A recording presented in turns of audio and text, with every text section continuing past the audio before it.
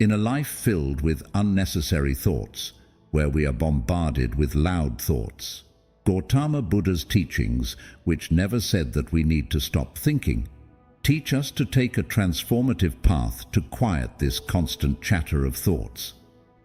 As excesses of our busy lives have intensified, this overthinking falls hard on us and creates stress, anxiety, and an oppressive fear that we are being overtaken by our own thoughts. Yet, there is hope. Mindfulness and the wisdom taught by Buddha helps us discover 10 invaluable interlaced strategies to release our minds from the grip of too much ruminating. Number 1. The Art of Mindfulness. Picture mindfulness as a smooth, slow flowing stream, calm, steady grace to its waters, rejecting lost branches, leaves, and all the silt build-up obstruction it can avoid. As we start to travel this stream, which becomes a metaphor for mindfulness itself, it is also a basic part of Buddhist meditation practices. Mindfulness is when you occupy mind and spirit by being deeply aware of your experience from moment to moment, in the here and now, without having to label it good or bad, should or not should. Mindfulness practice encompasses breathing techniques, imagery, etc., to relax the body and mind and to help reduce stress. In this state of mindfulness, you are aware of what you're thinking and what you're feeling, but you do not label that as good or bad. Mindfulness is not about letting life pass you by, but about fully living in the moment, waking up to the being in the now, not dwelling on the past or daydreaming of the future. To drive your mind into a mindful state, imagine you're training your mind to concentrate like the stream does, without stopping, without thinking random, scattered things. You can step out of the unstoppable churn of overthinking that makes stress and anxiety. You can step out of the unstoppable churn of overthinking that makes stress and anxiety. When you learn to be grounded and to be in the present moment, you have the opportunity to experience life around you more fully. Number 2. Observe your thoughts. Mindful observation is taking a moment to watch your thoughts with a sense of detachment. Imagine your usual modes of thinking as a complex, entangled web you'd step back from. It is a web of every thought, each a strand. By looking at the strand, you can know the structure of it without getting tangled. Buddha's teachings are that we should observe our thoughts without judgment. It's staying away from calling thoughts and feelings as good or bad and reacting to them emotionally. Most, however, you just put them down. You see the clouds in the sky rise by and you watch them, but they don't become you. When you observe thoughts like this, it's like you're coming up over the top of a maze-like complexity of the mind. This allows you to see the paths that you've allowed your thought patterns to take. This was very empowering. It helps you to become familiar with, and a little more free from, your thoughts. It means that you can navigate through your mental processes more clearly, more easily, and the mental labyrinth you were in before frees you to move on as you were never able to before. Number 3. The middle way. The middle way is a Buddhist concept that speaks ideally about finding balance in all circumstances of life, especially relevant for anything that we all seem to struggle with, overthinking being a college of many. This philosophy, the balanced approach that Buddha taught as a means to enlightenment and inner peace, is at its heart, the middle way. This is the golden mean, escaping the extremes of self-indulgence and self-mortification. The middle way is in terms of our mental states, either our thoughts or our feelings. And let's dive into how the principle of oversimplification can be applied to the case of overthinking. Overthinking often means getting stuck in loops on a single thought or a bunch of them. Endless loops. The loops so endless that the paralysis caused by analysis is almost physical. Some also try to counteract overthinking by trying to suppress their thought entirely in efforts to achieve a blank mind, which also can create stress and be unproductive. We learn from the middle way how to move between these extremes. This is the practice. Rather than clinging to a thought and making it the center of all attention, it is simply to notice it and leave it alone. Letting the thoughts run wild isn't what's meant by not thinking. It's seeing them fly without judgment, without being the key word. It says the same thing about fighting thoughts too, that while fighting them may seem like a good idea, as you do it, it only creates resistance, causing the thoughts to become further and more deeply entrenched. Instead, Buddhism urges us to gently release our investment in thoughts so that we might live in the state of mind of clarity and calm. It means we can walk this tightrope known as the middle way, walking between the poles of extreme and immoderate. True serenity is found in this equilibrium. Yet, as my mind wouldn't allow me to simply think and be present, I didn't want to force my mind into silence, and I didn't want to be swept away by the currents of overthinking either. We can live a more mindful, serene life by not allowing ourselves to have a peaceful coexistence with our thoughts. This may take the form of practical meditation practices, using the breath or bodily sensations to anchor the mind, to keep it here, as opposed to being distracted into thought. What it also means is building a mindset of self-compassion, knowing that thoughts are normal, as it puts no one down, or portrays weakness or failure due to running the show in one's head. It is by enlightenment of the middle path that one may be helped to overcome the overthinking by possessing a compassionate, practical way suited for all, encouraging balance, acceptance, and mental peace. Number 4, let go of attachments. In Buddhism, you have to understand because clinging too tightly to desires can cause you suffering. Like this, if we cling too hard to our thoughts, we can turn into an overthinker. Becoming freed from this cycle can be very hard. To escape it, Buddha has taught us to learn the wisdom of letting go, quite literally, especially with regard to letting go of thoughts. You've got to understand that thoughts are transient. They come and they go, and they don't have to be who we are. This means in practice, observing your thoughts without any judgment attached. When the thought keeps coming back to you, notice that it is nothing but a fleeting thought. It doesn't have to dictate your emotions or actions, and you don't have to hold on to it.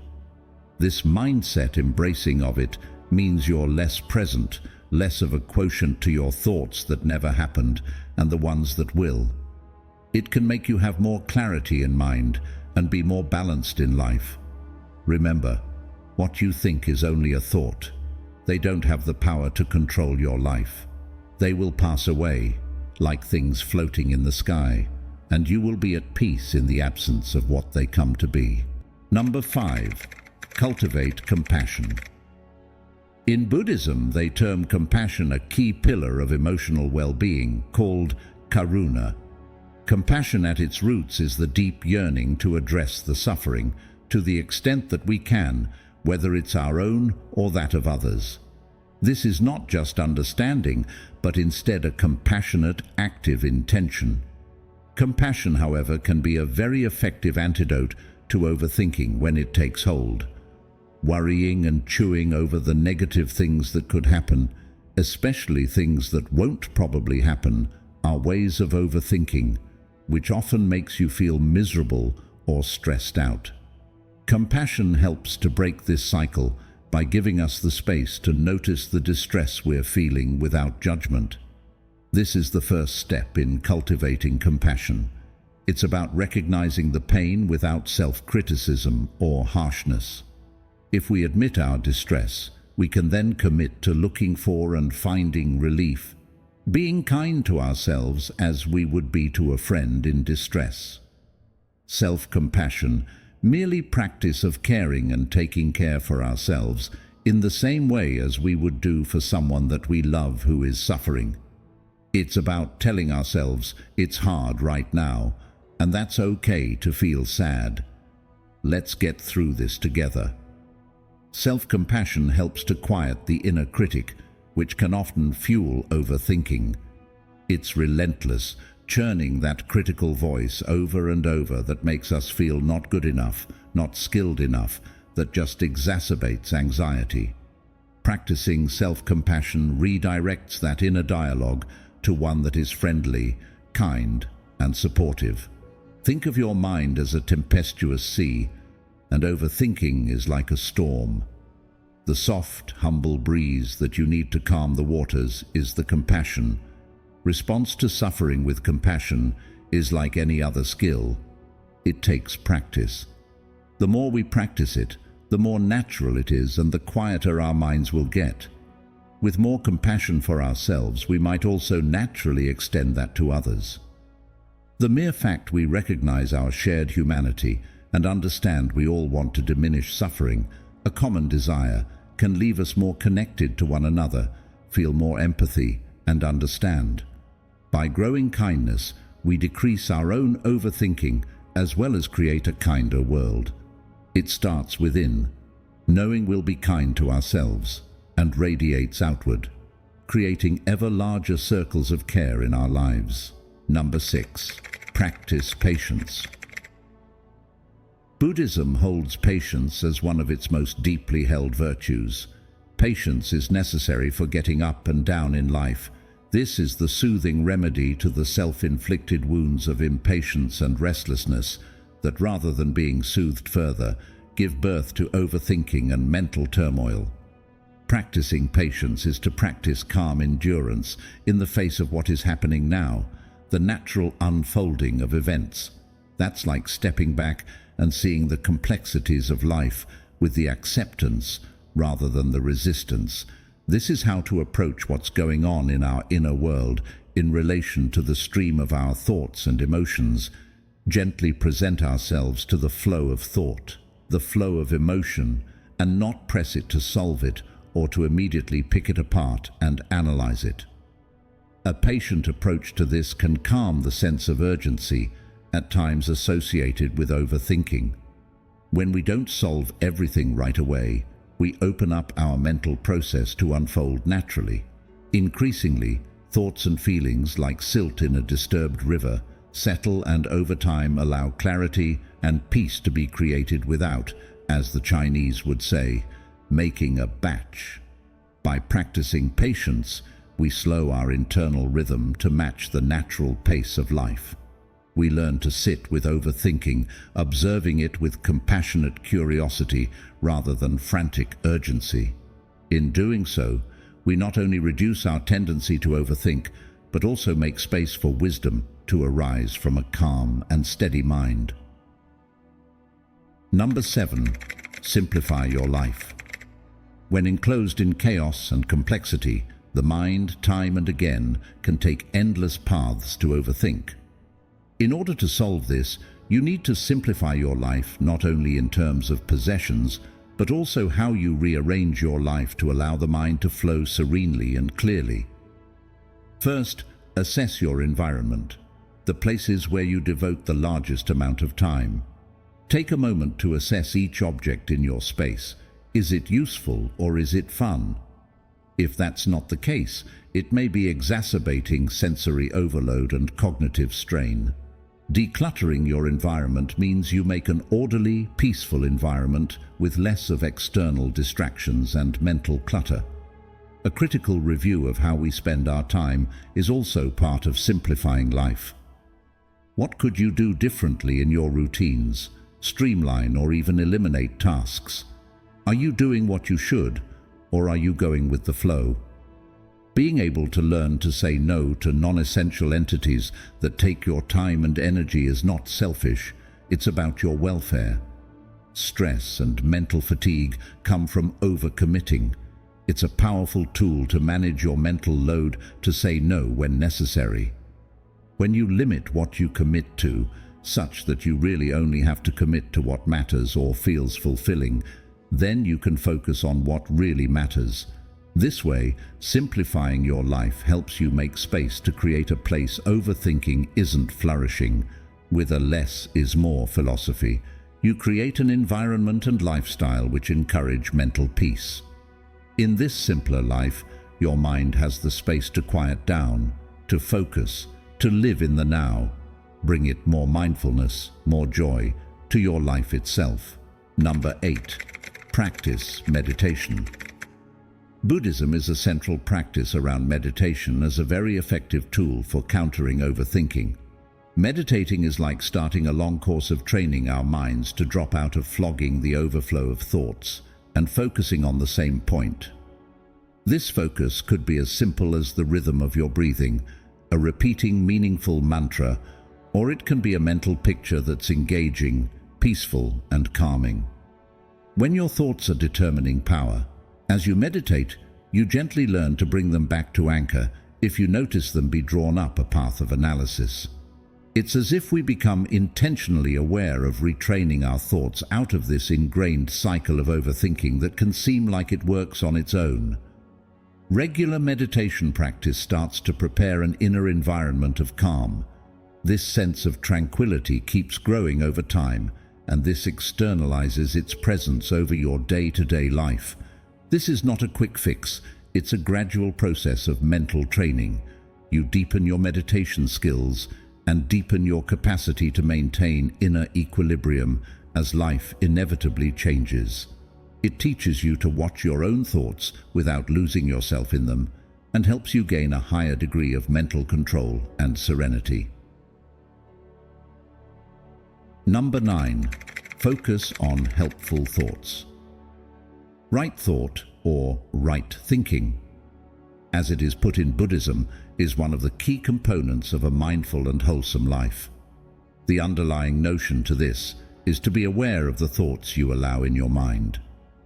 According to Buddha's teachings, we should think consciously about thoughts that assist in the welfare both of ourselves and of others. This exercise plays out when you choose to focus on thoughts that are positive and constructive for yourself, but for those around you as well. They might be thoughts of kindness, compassion, generosity, of gratitude. If we do so, we're creating a headspace where those thoughts can germinate and make us act and behave in constructive ways. We also need to release thoughts that are not helpful, like anger, envy, resentment, or worry. When we notice them and let go of them, then we open up mind space that otherwise would have been occupied by overthinking or focusing on the stress-inducing topics. It's a practice of intentional shaping of our mental landscape in a way that helps it be peaceful, compassionate, and well. The power is in that, recognizing the power of our thoughts and deciding to use those that lead to a more fulfilling existence for ourselves and anyone else around us. This practice is in sync with the very heart of the Buddhist precepts of mindfulness and compassion, and provides a beautifully simple and helpful guide for anyone who would like to lead a more harmonious life. Number 10. Embrace impermanence. The central concept in Buddhism is anicca, impermanence. Everything is always changing. It's in a constant flux. It teaches that everything's always changing. Impermanence can be very liberating when used on the issue of overthinking. It's about seeing the overthinking, all things, as temporary. Same as seasons come and go, we also come and go mentally. With impermanence, we learn to live in a way that conveys a surprising ease in our lives. Acceptance allows us to loosen that crazy need for control and certainty in a world that is ever changing. At times, we may be overthinking, but then we know that it will pass. It brings us the reminder that even our most devastating thoughts and strong emotions are not forever, so we can be more distant and compassionate towards them. There are timeless teachings of Buddha to free our minds from the cycle of overthinking.